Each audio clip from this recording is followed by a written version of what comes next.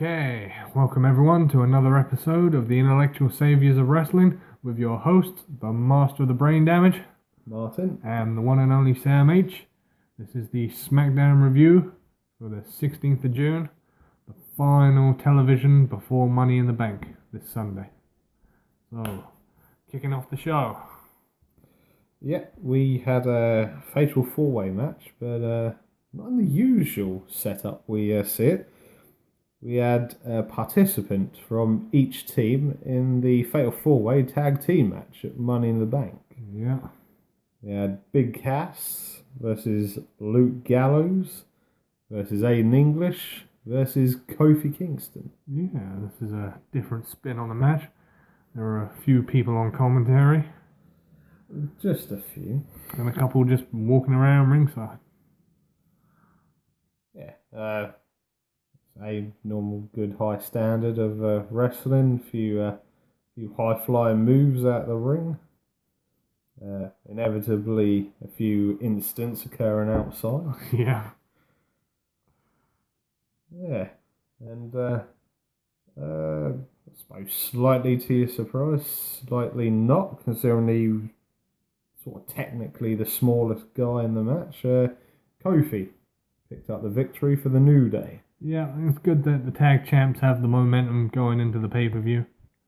Kofi Kingston hitting the Trouble in Paradise. If it's still called that. Yeah, I think they're still going with that at the minute. On Aiden English. And Yeah.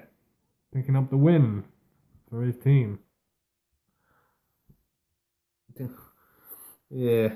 The next match. Squash match, shall we call it already, before I even announced it. Zack Ryder. Uh-oh. And he was facing off against Baron Corbin.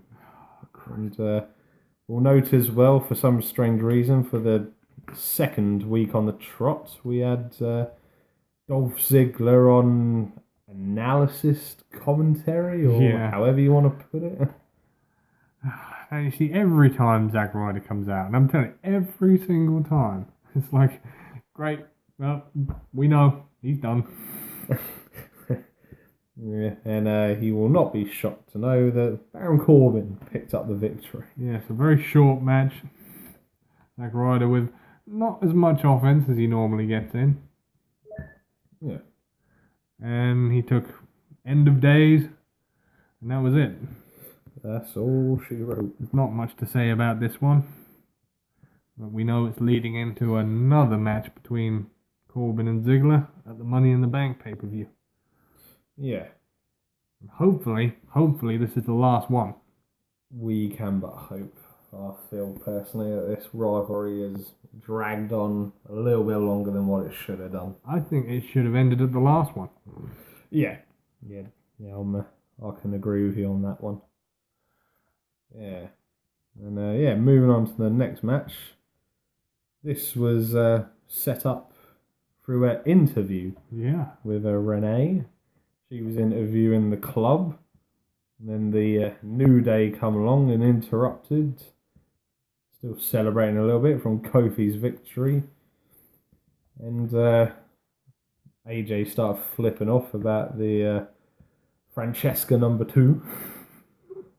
And there was a few insults chucked backwards and forwards. And then AJ then singled out Xavier Woods and said, I want to fight you. Initially, the New Day turned around and said, no, we don't want to do this and that. Then Xavier turned around and said, no, you know what? I want this match. I haven't been in a singles match in quite a while. You know, I'm going to do this. Yeah, it's always good to see Xavier in a one-on-one match. Because you don't see him wrestle all that often, if we're being honest. No, he's more used as a prop with Francesca number 2 at ringside. So it was good to see a nice, solid, clean match with no interference, just two guys going at it. Yeah. Neither the club or the New Day were at ringside, which, like you say, was a positive and good to see. Yeah, it was a good, solid match. Xavier got quite a few decent, hard-hitting moves in there. Yeah. Showing off what he can do when given the chance. I mean, he did one hell of a dive off the top rope. where he quickly went from the ring post to the top rope and then jumped off. Yeah, that was impressive and also nice to see because you don't see an awful lot of wrestlers try, dare we say, daring moves and moves that they shouldn't necessarily do. Yeah. But no, towards the end of this match, when Styles knocked Woods off the top rope, he took a nasty shot to the back of the head. Yeah, it didn't look good. And I was thinking, I hope he got that right, otherwise that's not a good place you want to injure. No. But we then saw AJ hit Xavier with the phenomenal elbow, or forearm, I should say. Yeah, and I thought that was going to be the end of the match, but no, he decided to finish it with his submission. Calf crusher. Yeah, and Xavier tried to fight it for a bit, but inevitably tapped out. Yeah, and although Styles was saying, this is for you, Cena, this is going to be you, Cena, we spoke about this earlier. Cena and submissions, it just doesn't go. No, I believe you said in pretty much his whole WWE career, he's submitted twice, and I believe the last one was in 2004. That is correct. Kurt Angle, No Way Out 2000... Hold on, I know the year. 2004. Yeah, and then we're going to highlight the other person because technically we're not meant to speak about him, but screw it. Uh-oh. Despite everything outside of the wrestling ring related, he's still personally my favourite wrestler, potentially of all time, and he was one hell of a talent. The other guy to make John Cena tap was none other than the rabid Wolverine, Chris Benoit. Well, that's us throwing off of YouTube. Here come WWE over the hill with a cease and desist. No, you can't black out what Benoit did for the business. You can say all you like about how, he's a murderer and this, but ask yourself this question. Do you really know? Does anyone really know? No, I don't think we'll ever really get to the bottom of it, but at the end of the day, despite everything, you can't discredit or take away what he accomplished in the ring. No, Benoit was a fantastic wrestler, one of the best technicians the company's seen. Yeah. And there's matches of his that I can watch over and over and over again. I watched one the other day. Which one? Fully Loaded 2000, his title match against The Rock. Wow. Yeah. And it was a fantastic match. Yeah. No, the only other person to make Cena tap out. It was late 2003, I think. October or November on one of the Smackdowns. Right. Quickly moving back to Smackdown. Yeah. We had a women's match. Oh, cool. Again involving Charlotte. This time, we haven't seen this match 1,000 times recently.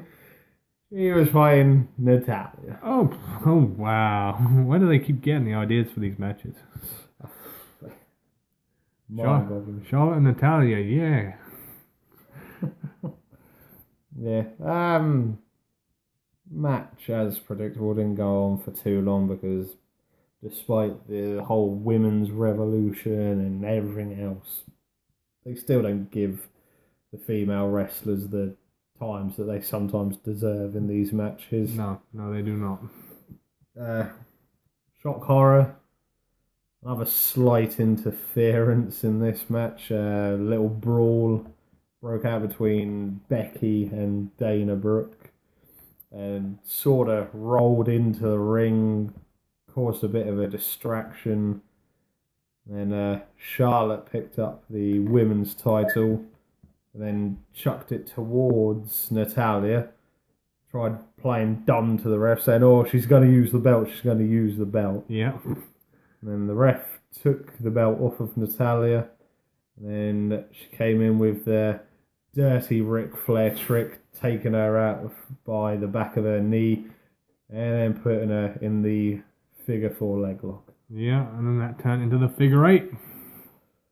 Yeah. And then Natalya submitted. You see, in these matches, first, is it so much to just have them one-on-one? No interference whatsoever. It's like I feel I'm getting repetitive for constantly saying this. Yeah, they seem to be liking it a bit too much for my liking. I mean, by all means, I don't mind interferences in matches, but they just seem to be happening way too regularly. I mean, at least with a tag team match, although we're not getting the belt defended, at least you know who's going to be in it. There'll be no other interference Yeah, or shenanigans. yeah, that's it. So, yeah. Main event. Building up the Money in the Bank ladder match again. We had a 6-man tag match to close out the show. Had Dean Ambrose, Cesaro, and Sami Zayn versus Chris Jericho, Kevin Owens, and Alberto Del Rio. Yeah, now this was set up during the beginning of Smackdown when we had the return of Jericho's highlight reel. Nice. And the segment I quite enjoyed. Yeah, we were told pretty earlier on we weren't worthy of the Jeritron 6,500, is it now? 6,500. Yeah. So we insisted on the WWE staff hoisting up the Teletron. Yeah.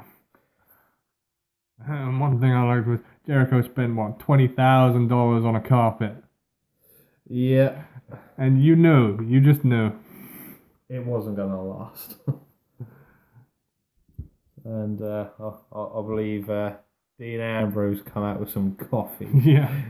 And inevitably the coffee made its way to the $20,000 carpet. You just knew. As soon as he came out with the coffee cup, you were like, yep, you're waiting for it. You knew it was going to happen, and it didn't disappoint. No.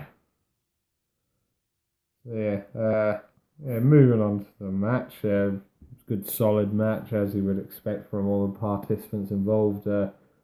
Cesaro got quite a bit of ring time. At one point, he hit the very European uppercut to, I think it was Del Rio, and then he went out into the crowd, ran round the corner, hit it on Kevin Owens, and then he ran round the other 3 corners and hit it on Jericho as well. He was uppercutting everybody. I think even Ambrose took one. Yeah, Ambrose did. You see, this is what I like about this match. Although they're on teams, at the end of the day, the underlying thing is everyone wants the briefcase. So it descended into people actually hitting their own partners. Yep, shock horror. Kevin Owens dished out a few super kicks. Yeah. Del Rio was the first victim. And then it was Chris Jericho's turn next. And then he done a bit of taunting and saying it's his briefcase. Yeah. And whilst he wasn't paying attention, Dean Ambrose come along, went to roll him up, and then he ended up rolling him into the Dirty Deeds. Yeah. And picking up the victory for Team Ambrose, Cesaro, Sami Zayn. Yeah. It looks like Dean Ambrose has the momentum going into the Money in the Bank match. So it'll be interesting to see which one they go with. Yeah. It's going to be a hell of a match. And, well, I wouldn't like to call who's going to win this one. No, we will talk about that in length on our Money in the Bank preview. Yeah. So, I think just before we wrap this one up, I think we should take a minute to make a note of this potentially being Jerry the King Lawler's last ever Smackdown. Yes, it's a very unsavoury incident. Yeah, it was reported early Friday morning that Jerry the King Lawler and his girlfriend were arrested in Memphis, Tennessee, both for domestic violence. Yeah, and we know how strict WWE is on domestic violence, because in the past couple of years, a few wrestlers who have been busted for this have been fired, not even suspended. If you remember, there was the incident with Drew McIntyre and his wife. Eesh. They both got fired. Yeah. So, I suppose maybe to some people slight surprise, maybe not. The WWE have decided to suspend the King indefinitely.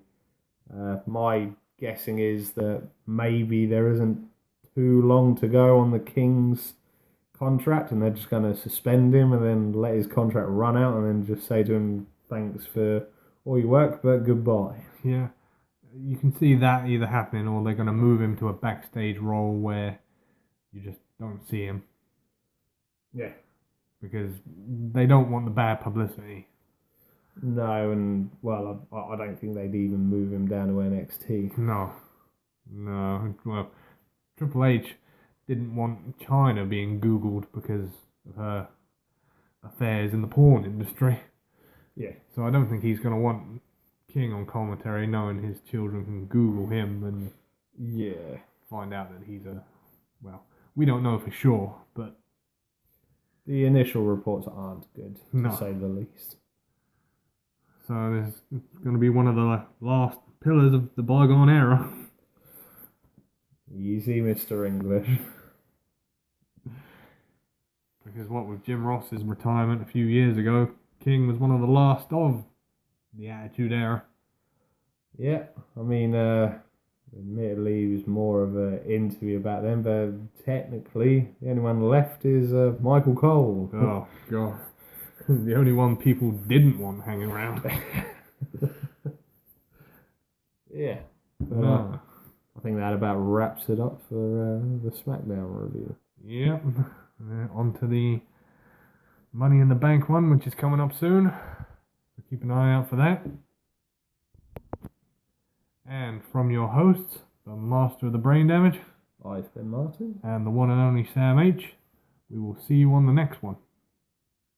Peace out.